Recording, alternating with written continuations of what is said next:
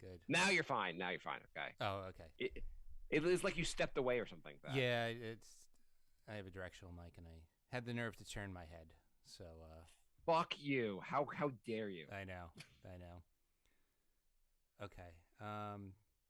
Say something. Say something. Of course, I'll say something. Oh, the new season of South Park's coming. Nice. On Wednesday. I'm gonna record it. I'm gonna watch. I'm gonna watch that. I want to make a point of watching. I haven't watched South Park in so long. I watched. They had so they haven't done a show. They haven't done an actual season since COVID. But they've had 3 specials. Right. And, I watched one of the 3, but I didn't see the other 2. Yeah, they were all kind of funny. I don't know. They were all they all addressed the world of COVID, which I really enjoyed. Mm-hmm.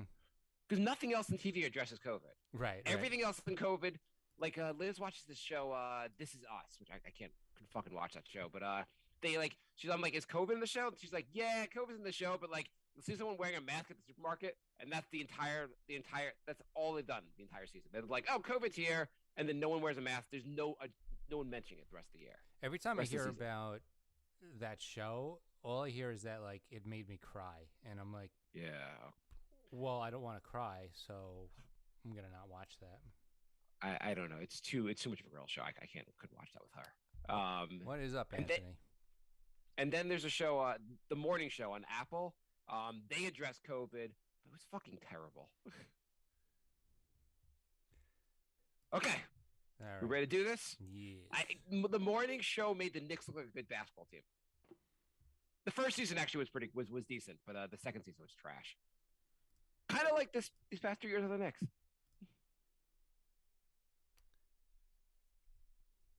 It's nice when I can compare our basketball team to popular TV shows. Yes. Okay. Yeah, Anthony, I just started Discord. Thank you for reminding me, because I actually I hit the button on one. There's so many programs. I have to hit. Do you want me to open Twitch, or does that matter anymore? Whatever. I don't care anymore. Okay, let's go. Let's do this. We have so much good stuff to talk about.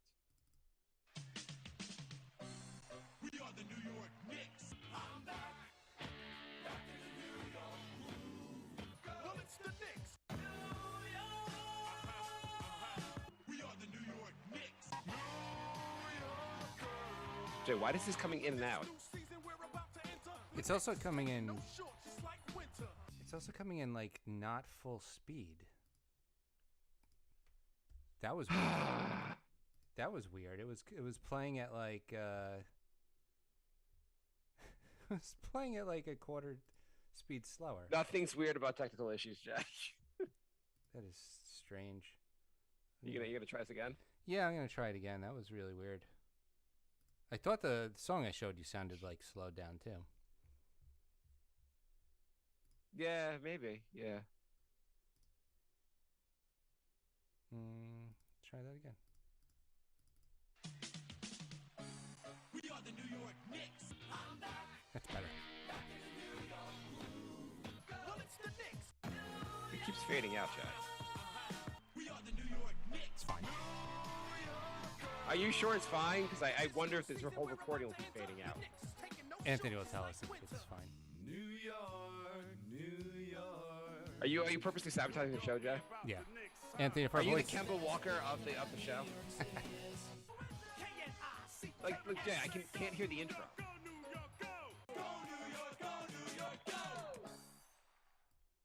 Okay. So what I'm gonna do is I'm gonna hit play. Are you sure it's fine? I'm playing the recording right now. Recording will keep fading out. Anthony will tell us if it's fine. New York, New York. Are you purposely Yeah. See, that's fine. It was playing fine. Okay, whatever.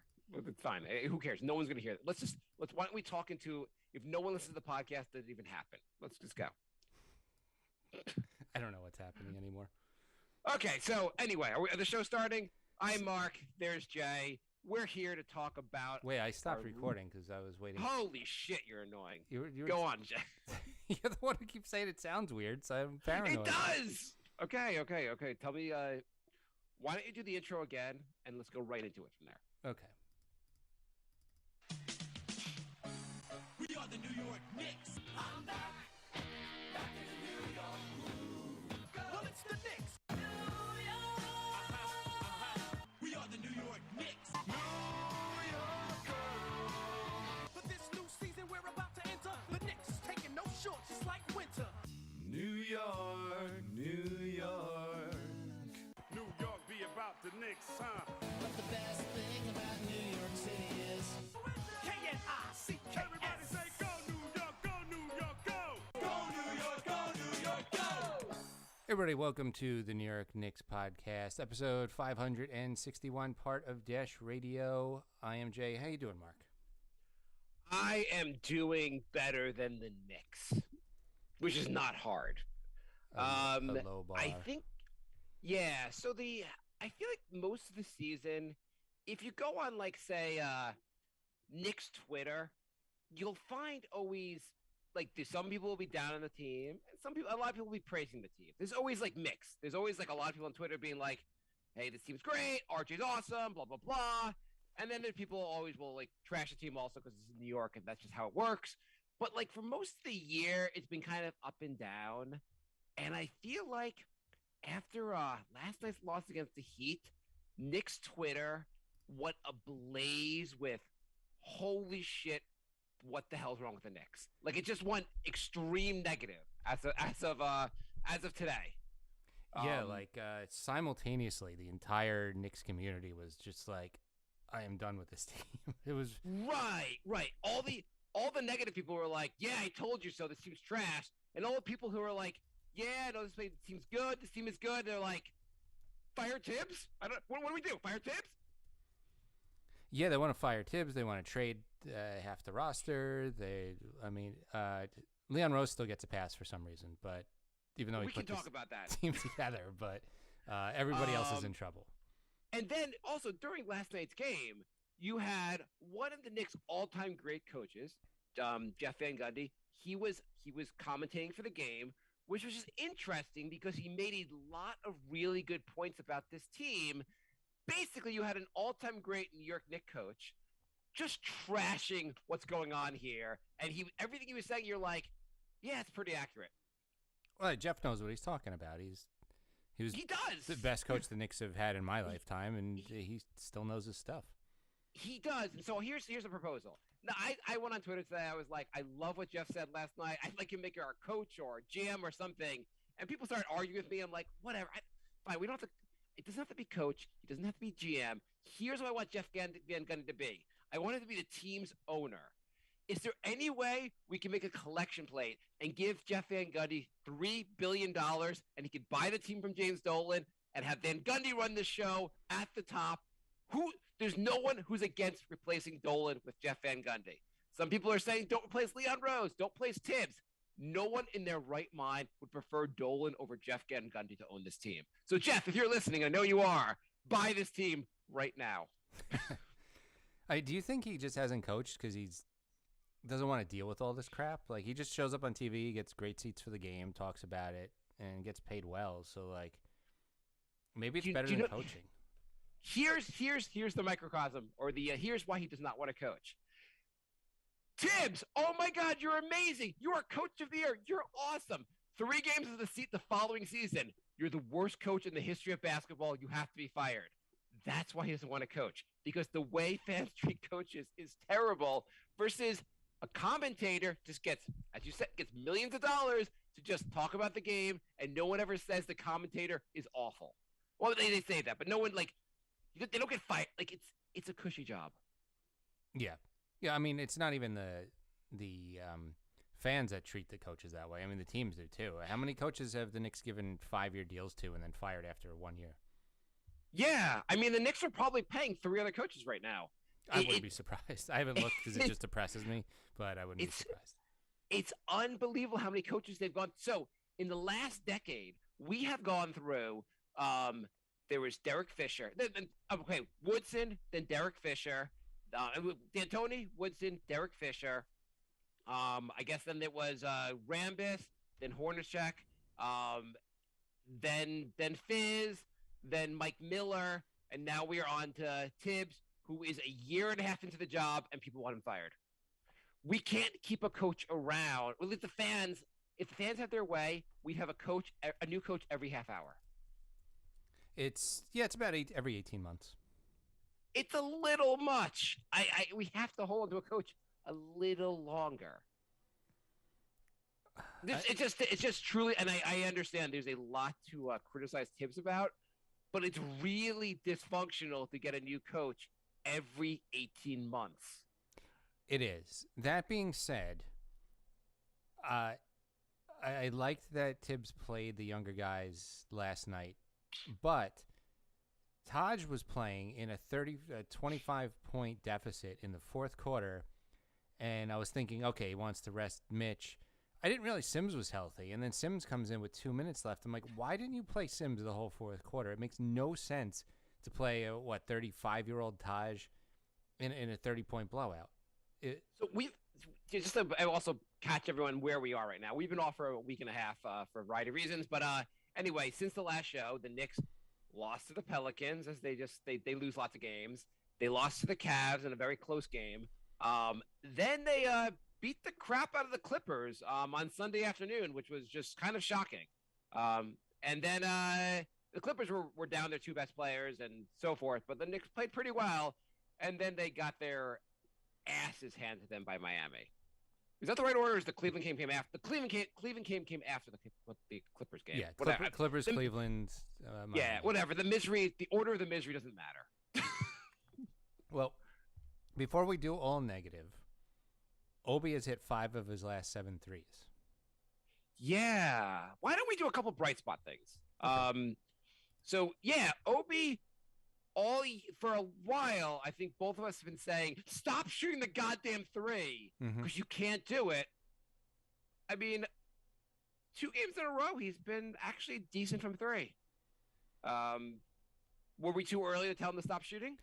No, I mean, he was at 19% more than halfway through the season. Like, that's like almost historically bad. But he's up to 25% now. He's going from historically bad to just like plain horrible. That's good. I just found I thought the strength of his game was on the inside, attacking. Fast break is his strength. Yeah, fast break. I think he should be able to post up around the rim. He should be able to drive to the basket, which he doesn't. He doesn't create his own shots very much. It's usually someone has to pass him to get him the ball. But I also feel like, why does everyone have to shoot the 3 right away? How about you get good for 15 feet? I know it's not the analytics don't say shoot from 15 feet, but if you're shooting 20% from 3, shoot from 15%, get maybe decent from there, and then move out a little bit. Yeah, I saw somebody on Reddit say they didn't want, I forget who, he said they're garbage because all they do is hit 2-pointers. And it's like, but if they go in, I would rather somebody who shoots 50% from 2 than somebody who's shooting 25% from 3. Right. I mean, what's his name on the Bulls? Former of the Spurs and the Raptors. Yeah, who's the DeMar guy? DeRozan. DeMar DeRozan. Yeah, he shoots 2s. Seems to work out pretty well for him. LaMarcus Aldridge. Marcus Aldridge. There are a lot of. If you can hit, the whole point is basically, if you can shoot 2s at a nice, efficient rate, it doesn't matter that much. I mean, if you can shoot like Steph Curry from 3, that's wonderful, but most guys can't do it. Yeah. And you got to mix it in. You can't just be shooting it's great that the Knicks want to shoot 10 more 3s a game, but it also leads to the Knicks just losing so many nights because the 3s aren't going in. You have to kind of mix and match. If the 3s are going in, you're hot, great. But if they're not going in, shoot some 2s, do some other things, go down low, do some other things to throw the defense off. You can't be one-dimensional. No. Plus it's also, the NBA is getting so, every team plays the same way, and it's, yeah. I don't want to see just 3s and dunks. I want to see some variety. Do some things that he's also going to, if everyone's doing it, you have to mix up. You have to be able to do other things. And the playoffs, you can't just rely on that because it's not always going to work. The shots aren't always going to go in, and teams are going to they're going to guard you on the 3-point line, even though the Knicks don't do that kind of thing. I mean, Houston arguably lost the championship because they didn't want to deviate from the three and just had a historically bad night. So our first positive, Obi's shooting from the outside has been a lot better as of late. Second positive, RJ has been playing a lot better this past month. Much. I mean, he's been the best guy on the team for over a month. Yeah, absolutely. No question. He had a really, really rough start. Well, he had like 3 good games of the season. Then he had a rough start to the season otherwise. And it was getting really, really hard to like see a future here. Why has he been looking so much better lately? Like what has he been doing well, Jay? Besides getting shooting balls that go in. I mean, he's been doing that better. He's been more aggressive. Yes. It would be By nice. the way, if you want to know, I thought it'd be helpful. Yeah. So I'm going to give you his month by month shot. So RJ started off the year in October. There were 6 games in October. He shot 48% from the field and 38% from 3. Mm-hmm. That's great, obviously. Great. Yep. November he shot 36% from the field and 29% from 3. That's god awful. December he shot 40% from the field and 33% from 3. Really not very good either. That was just the November-December stretch, horrible. Yeah. January and October was like 3 games. October 6 games, but yeah. January 45%, almost 46% from the field, and 43% from 3. That's That's what we want. That's what we need. That's the guy we had him last year. The only thing that's crushing us still, I know he's what you're right. gonna say. Free throws. Holy crap! Why at the only time on the basketball floor when no one is allowed to guard you can the Knicks not make a shot? It is a little strange. Like the entire team is shooting poorly except IQ. Everyone has to stand and watch you shoot. You just can take your time. I mean, I guess you can't take Giannis' time and like run the clock out and like just get a penalty. But he's shooting 65% from the field. Mitchell Robinson has a higher shooting percentage, like from the higher field goal percentage, and this guy's shooting him from the free throw line. 65 from the free throw line. You said the field. It's the field. I meant from the field. Mitchell Robinson field goal percentage is higher than RJ's free throw percentage. Yeah, that's what I meant to say. Not good. No, not good. Otherwise, everything else in this game is really. I mean, his defense has been okay, but his offense, he's attacking so much more, which is what I love. Yeah, way more aggressive. We've been saying for 2 years that he's not aggressive enough, and he's doing it now. Yeah, I think he's at his best attacking the rim. Okay, so that's been great. I assume the free throw shooting will get better over time. He can't really remain this bad, right? I don't think so. I mean, it seems more fluky because he's been decent from the line for his career. So I feel like he's going to go back to at least his career average. You think Shaq should call him and give him tips on free throw shooting? Oh my God! I mean, would you? On the side, would you like Barrett more or less if he started shooting the ball between his legs? More. Well, if he was hitting them, yeah. If hitting them, that's the argument always. They say you could shoot better between your legs. Yeah. That's the way they used to do it. Yeah. Yeah, but no one's manly enough to try this out in the NBA. Yeah, actually, you know what? Barrett's never been a really good free throw shooter. I just looked. No, he's never. That's his whole career's been bad. And he wasn't good in college. He's never been a good shooter. But at some point, like, generally the first thing that gets better is your free throw shooting. That's the one that, like, you should be able to make that before everything else gets better. It makes sense, yeah. Wide open shots. But the Knicks have also, I mean, they're losing games because they're missing free throws. Against Cleveland, they missed like 10 free throws. They lost by 2 points. I'm pretty sure there's a math problem here that leads to them winning. Yeah, there was like 3 of their last 5 losses. The margin of victory was less than the free throws missed. Yeah, that's not good. Okay, I got another positive, but tell me, do you want to jump in first? I'm going to say Grimes. Grimes has been a positive. There you go. That's where I was going to go. I would argue in the Leon Rose era, as of right now, if I'm going to rank the draft picks. Did you say error by mistake, or did you? Was that a Freudian slip? I don't know which one's right. But I would say Grimes is right now. I'd rank him as the best pick under Leon Rose. Yeah, I can't really argue with that. I mean, you have the picks under Leon Rose are you got Obi, IQ, you got Grimes, you got McBride, you got Sims, the Rokas, the guy in the guy we haven't somewhere- seen yet. Yeah.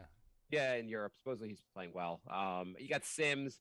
I mean, right now, it's not anything against the other guys. But I really, really like what I'm seeing from Grimes. His instincts on defense are awesome.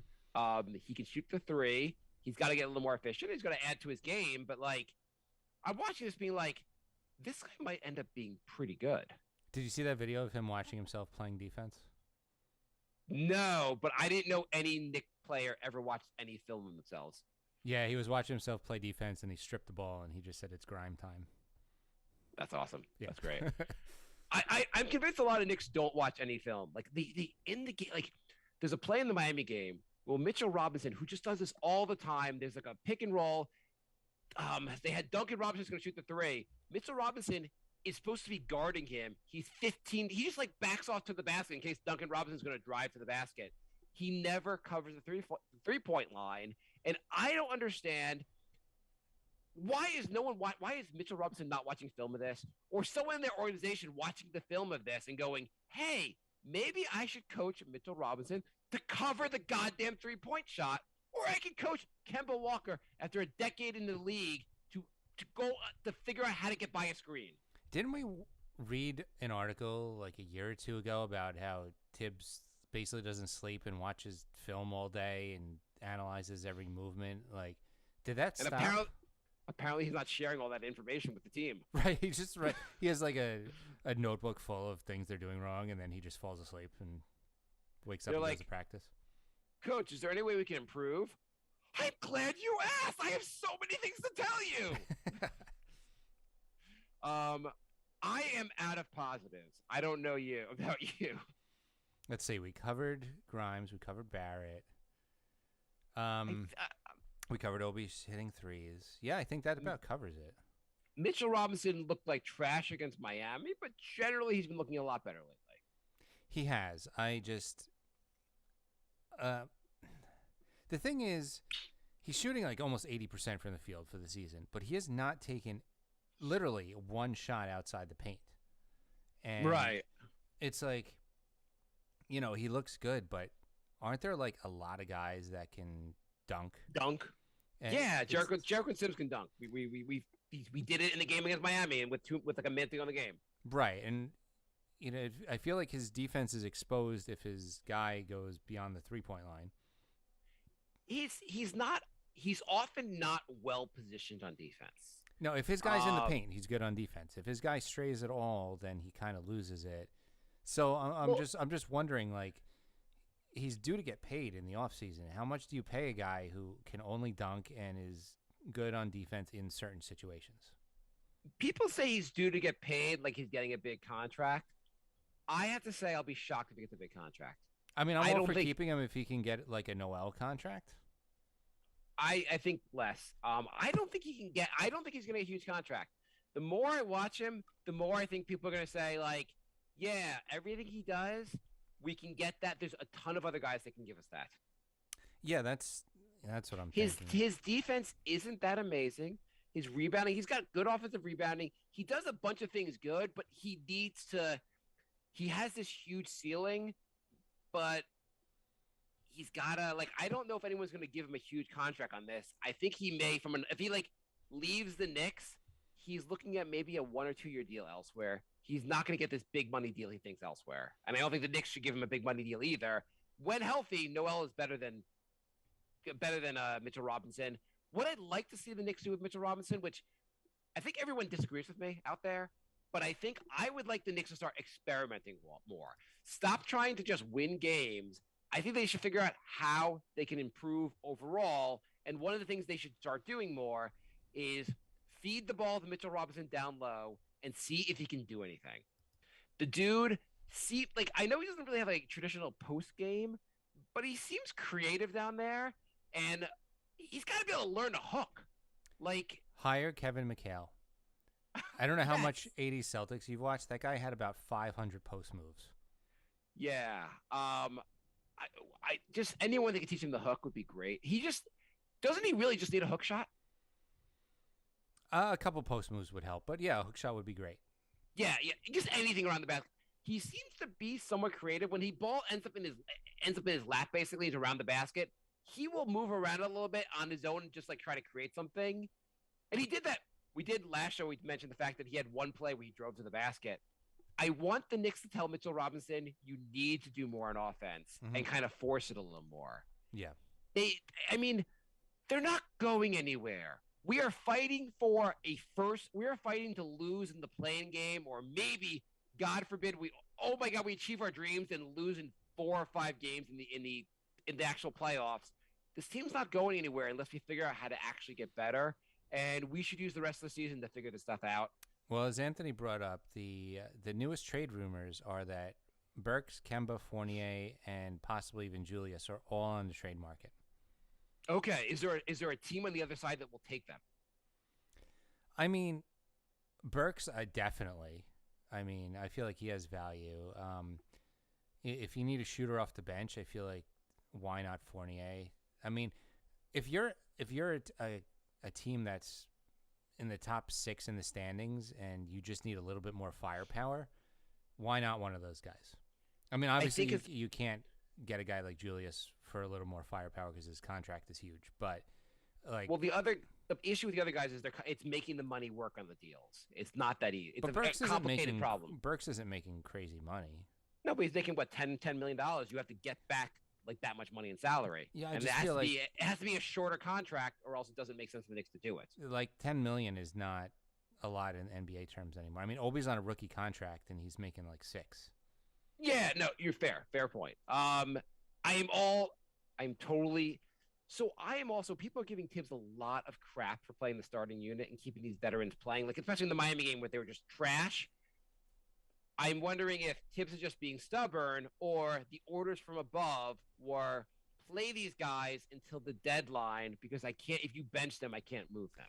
That's the thing. I don't know how much stock we can take in these rotations until February 10th because that could be the mandate. Like they could have said, play Sims and McBride all you want February 11th on, but we have to showcase these guys because we're going to make some moves. We don't know.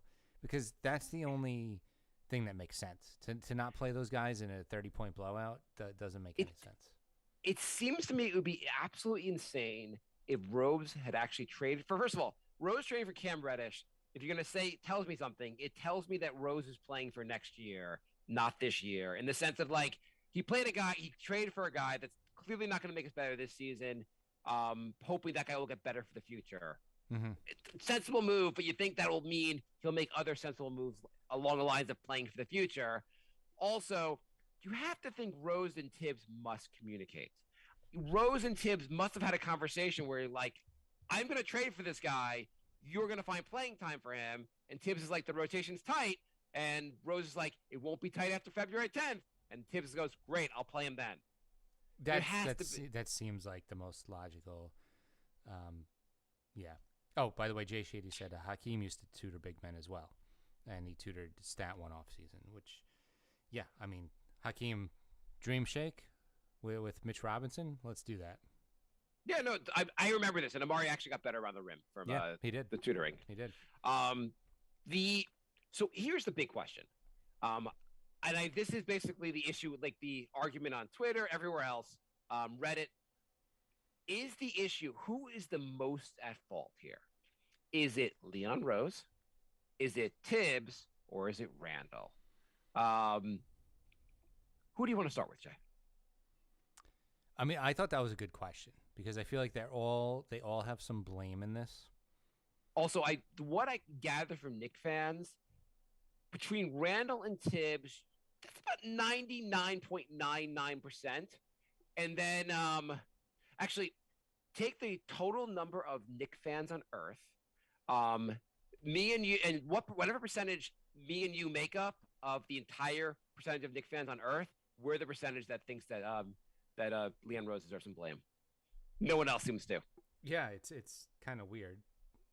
Like people you talk to people online, they're like, the team is garbage, it's terrible, it's horrible. And you're like, yeah, Leon's terrible. They're like, what do you mean Leon? He's the only way. I mean, the 40 move's questionable, but nothing else. He's been great. Yeah, everyone's like, all they need is a point guard. I'm like, well, they could have had one. You're like, the guy in charge is doing a great job, but the team is trash. Okay, so you want to start? Let's start with Leon. Okay. Why is this Leon's fault, Jay? Because I feel like a lot of these problems sort themselves out if you have a point guard. They could have drafted Halliburton. Not that I don't like Obi, but to use a top 10 pick on a backup to your best player makes no sense when there was a good point guard available, which could have changed the whole dynamic of the team. Maybe Randall doesn't look like garbage if he's not trying to play point guard.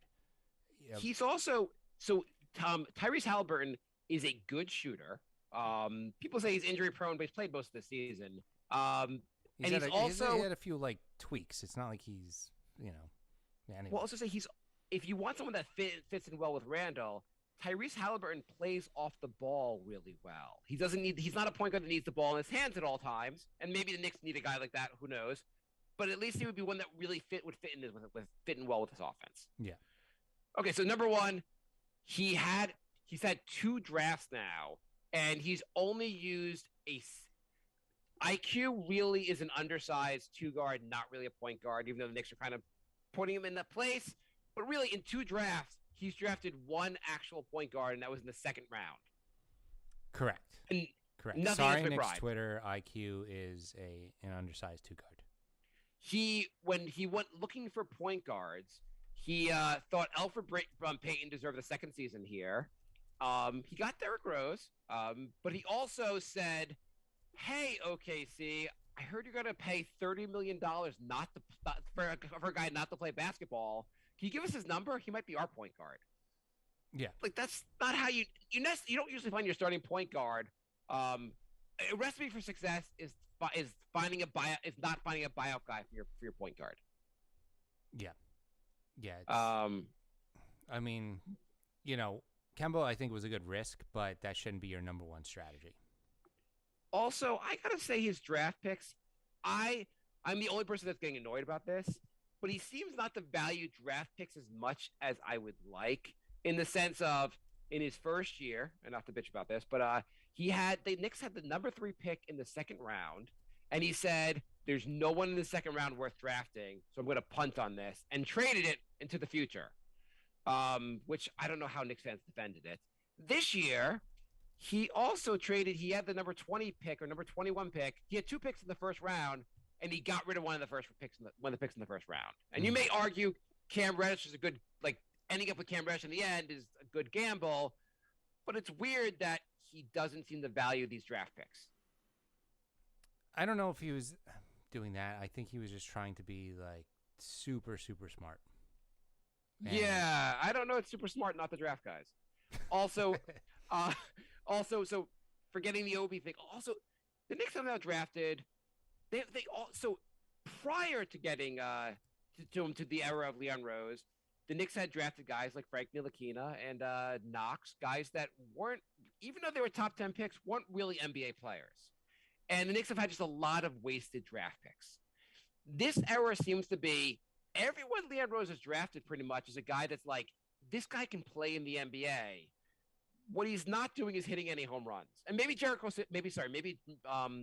Grimes will be a home run. But so far, everyone looks okay. You got to hit home runs. If the Knicks are lacking in talent, you got to hit home runs. Yeah, they haven't nailed a draft pick in I don't know how long. David Lee. I would argue with the number 30 pick, David Lee was nailing a draft pick. You could argue Mitch is pretty good, but it's not it's not like, oh, wow, oh my God, you nailed it. A lot of teams find good players in the 2nd round. Yeah, wasn't Jokic a 2nd round pick? Yeah, he might be one of the best players in the NBA. Yes. I think it comes down to the Knicks got IQ and we're all like, oh my God, IQ. The Knicks probably could have gotten IQ with the 33rd pick and drafted someone like Desmond Bane, who looks pretty good in Memphis. And people were saying if the Knicks needed shooting, he could have made sense then. And again, whatever, it's not a huge deal. But like, I think I'd say overall, Leon Rose is a solid B in drafting, which is not bad, but he could do better. And prior to him, it was a solid like D. So I guess whatever. And the other thing I'd say about Leon Rose, what else is his fault or his issue? I don't know. I feel like I feel like I'm still not convinced that he's not just looking for CAA guys. I'm just not. We'll see what happens at the trade deadline. We'll see what happens this offseason. But it seems like he has an agenda. It's weird because it's like for so long we're like the Knicks need cap space. We need cap space. We're gonna buy out and stretch Joakim Noah because we need cap space. Oh my God, we've got all this cap space. Rose, what do you do with the cap space? It's gone. What do you mean it's gone? The roster's the same and it's gone. Yep, cap space is gone. But well, I thought we needed and a couple years we'll have the cap space back. Oh, okay, cool. So what's the plan now for stars? You said you wanted stars. Oh, they're gonna force their way here. Who's forcing their way here? Stars. Really? The latest rumor is Donovan Mitchell. People that know him think he's going to New York. Wonderful. I mean, I'd love Donovan Mitchell, but I love every year or two we're like, let's pick a new name and pretend he's coming here. Every big star is coming to the Knicks. I mean, it was so like the Kevin Durant stuff was so in your face, like he's coming. And then Kevin Durant himself was like, I don't know where those rumors came from. We are running low on time, so let me do our read first, and then we'll finish up. Sure. All right. Here's some big news just in time for the Super Bowl. DraftKings Sportsbook, an official sports betting partner of the Super Bowl 56, is officially live right here in New York State with mobile sports betting. That means you could place a bet no matter where you are, like putting a multiple parlay on Obi hitting more than 1-3. That'd be a pretty good bet. With DraftKings Sportsbook, it's an exciting time to be a sports fan, and DraftKings is making it more exciting with this special offer. Listen to this. Not a new customer, you can experience Super Bowl 56 with same-game parlays. Combine multiple bets from the same game with a bigger payout. The more legs you add, the more money you can win. DraftKings is safe, secure, and reliable. Best of all, you can deposit and withdraw cash whenever you want. Download DraftKings Sportsbook app now. Sign up using code NYKP. Bet just $5 and win $280 in free bets if your team wins. That's 56-1 odds using code NYKP. This week at DraftKings Sportsbook, an official sports betting partner of Super Bowl 56. Eligibility restrictions apply. See DraftKings.com/sportsbook for full details. Must be 21 plus, physically present in New York. Gambling problems, call 1-888-HOPE-NY. Look at that. The deal just got even better. So use code NYKP. So, yes, Rose has some blame. Tibbs, so since we're running low, we don't have to spend we have a whole season to talk about Tibbs and Randall's issues. Let's go to Facebook.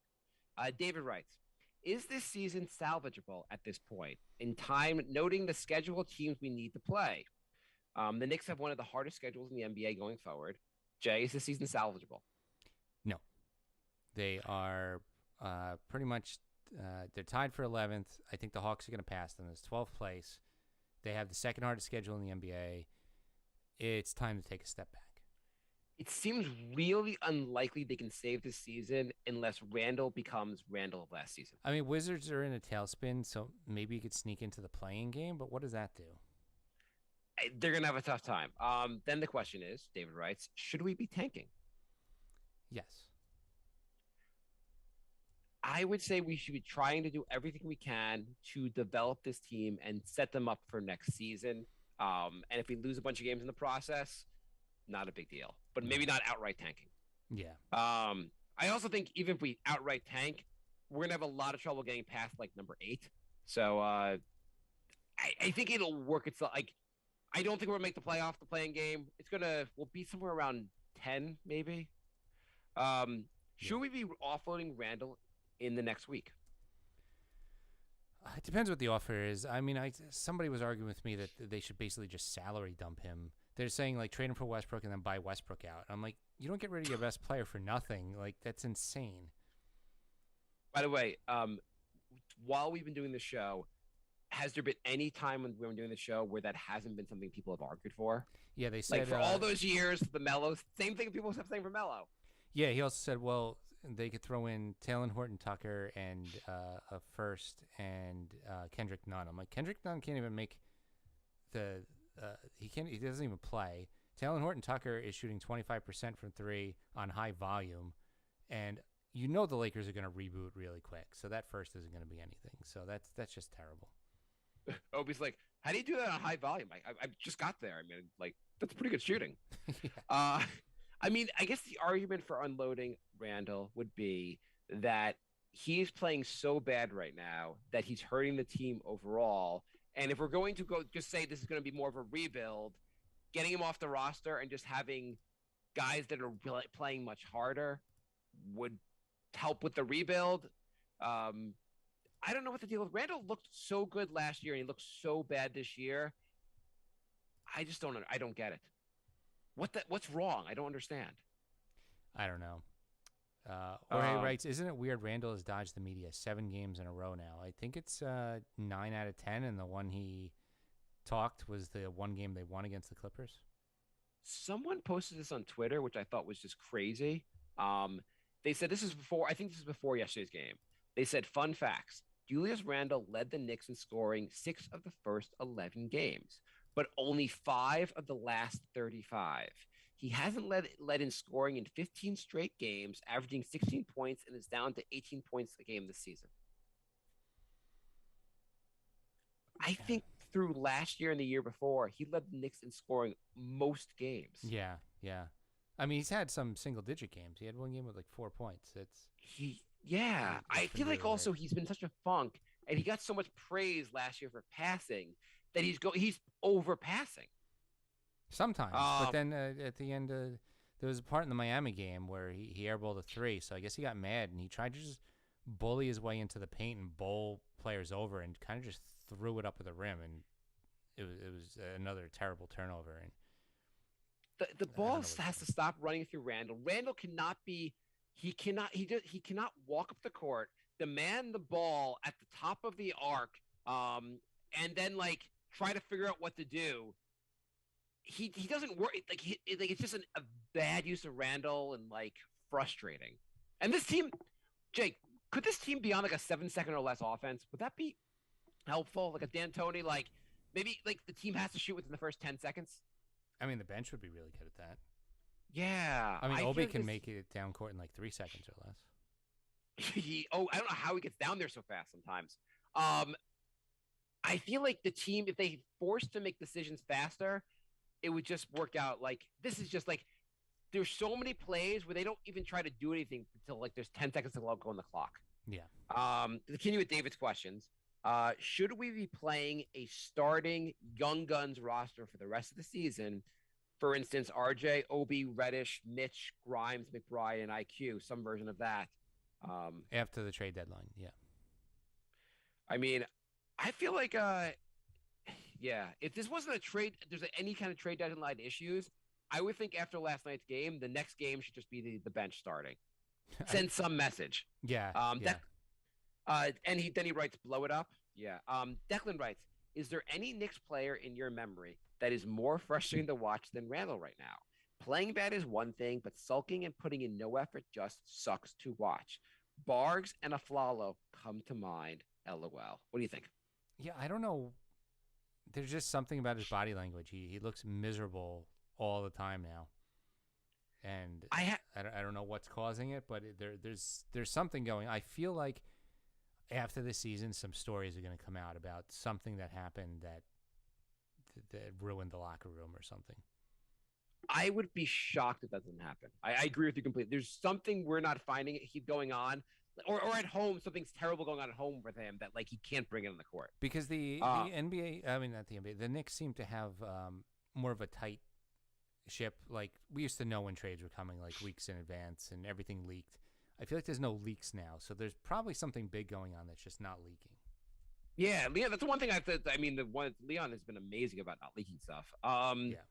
as far as frustrating, like even like Melo, when we were frustrated with him, he like even in his most inefficient nights, he would still score. Like he would just still do Melo stuff. Like Yeah. this is also like because of how good he was last year, it's just extra frustrating. Yeah. Rob writes, what realistic return will we get for Randall? And do you believe we would have to we have to give up picks in order to unload his $117 million deal? Actually, Anthony asked the same question, so I could skip that one. Yeah, I don't know. I don't know if we'd have to.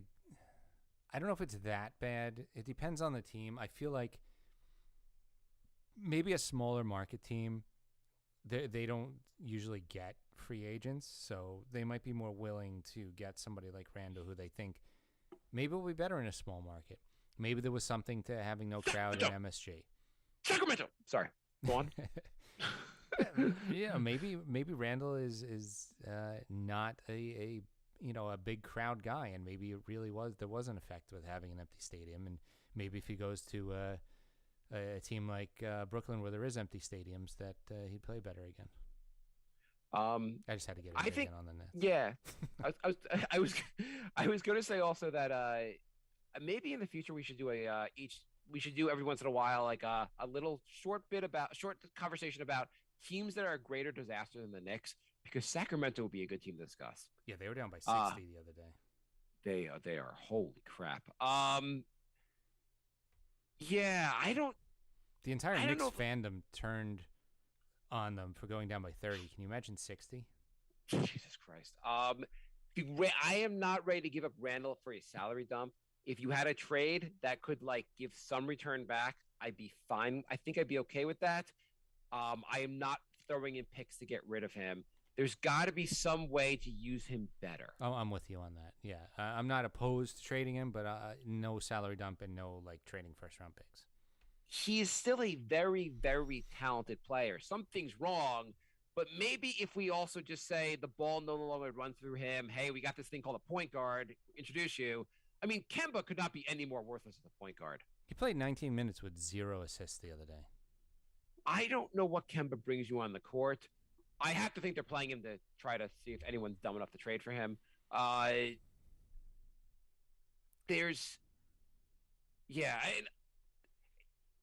And we have one more question. Anthony writes, how do you guys think Evan Fournier would look in another team with a capable point guard and a faster system? Well, he'd look like he did in like Orlando. He looked decent. He would look I think he would look great on Dallas. He'd play alongside Doncic. It would make a lot of sense because they just lost. Didn't they just lose Timmy? Did they? I didn't Yeah, see Hardaway is injured. They need another shooter. Dallas loves New York Knicks. Mhm.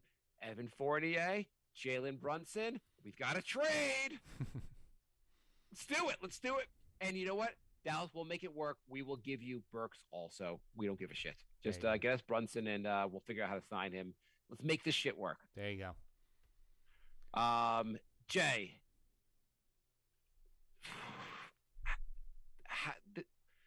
how is it this bad already? How is this season been so goddamn miserable? It was like, I don't know. It was kind of bad most of the season, but it seems like the last week, it's like everybody caught up to our mindset over the last 12 years. Last 12 years. Oh my God. I do think the bright spots we talked about at the beginning of the show are real. I do think the young guys seem like they're playing like there's more energy out there when they're playing. Van Gundy made a good point that summarizes his team so well. He just said it just seems like the team, especially the starters, don't seem to bring it from night to night. Mm-hmm. Like in the Clippers game, the starters played well. Everyone just brought it. They were playing hard, and then they come out flat so often. Yeah, there's something really wrong with the starting lineup. Yeah, I just don't. I can't even comprehend what's wrong with this team. But Well, what do they got? This coming week is pretty tough. What do we got this week? this week we have the Bucks, the Kings. I don't know. Oh. Basically, just if we do a show Tuesday, it'll be the Bucks and the Kings. Oh, okay. So 1-1. And that's You got to it. beat the Kings. That's it. Yeah. Then the schedule is ridiculous for basically the rest of the season. I mean, last year, Jay, everyone said the second half schedule was ridiculous, and the Knicks went on a played goddamn awesome. Mhm. I'm just saying that was last year. I have no. It's probably not going to happen this No, year. that was last year. Okay. Is the show over, Jay?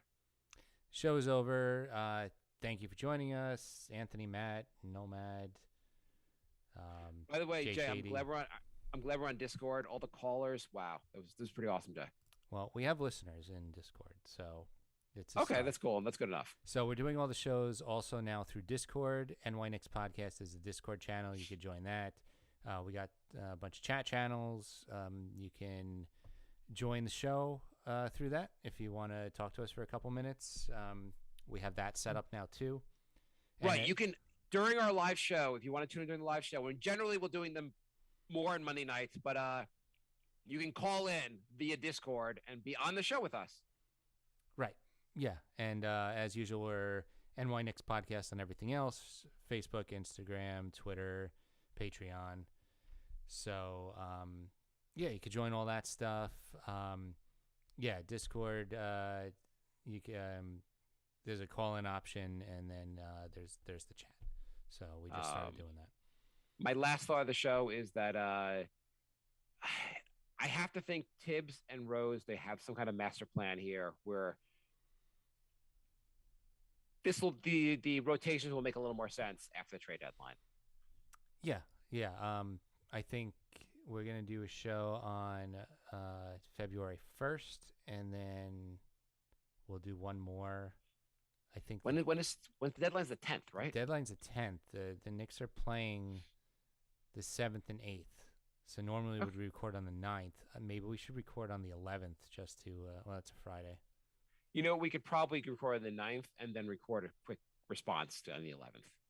Let's see what happens. Yeah, something like that. That'll be Yeah, something. we could find a time to do an extra show. If something awesome happens, we could do an extra show. Yeah. If after the trade deadline we have Taylor, Horton, Tucker, we can probably just skip that.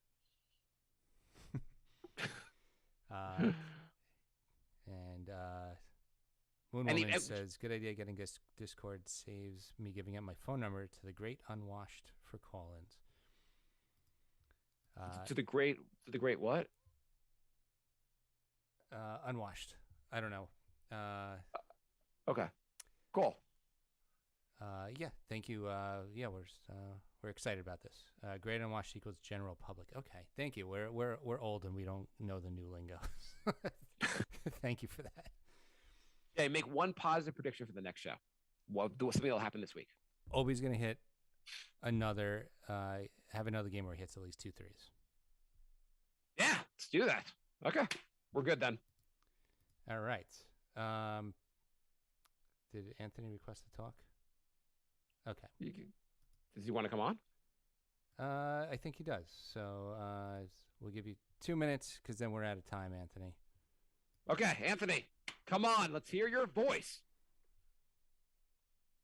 Let's see if this works. Hey, sorry about that. Actually, I didn't. I don't know. Somehow I just pressed the button. So, Oh, but okay. hey, you have to be the first caller, right? Yeah, Yeah, that's you're right. the first caller. Thank you. Come on.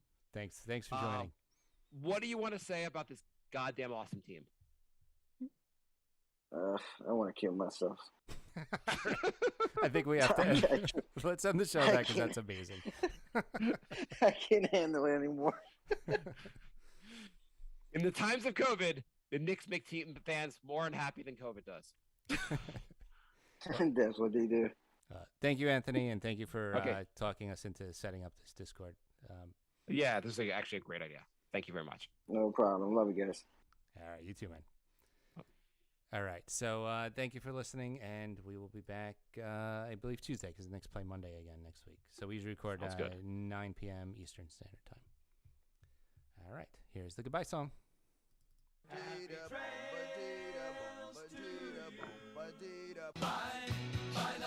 Goodbye, everybody. It's all over. Goodbye. It's time to go. This is the end. Say goodbye. You better go away. I'm gonna leave you. It's the end. Goodbye. Goodbye. Just leave me alone.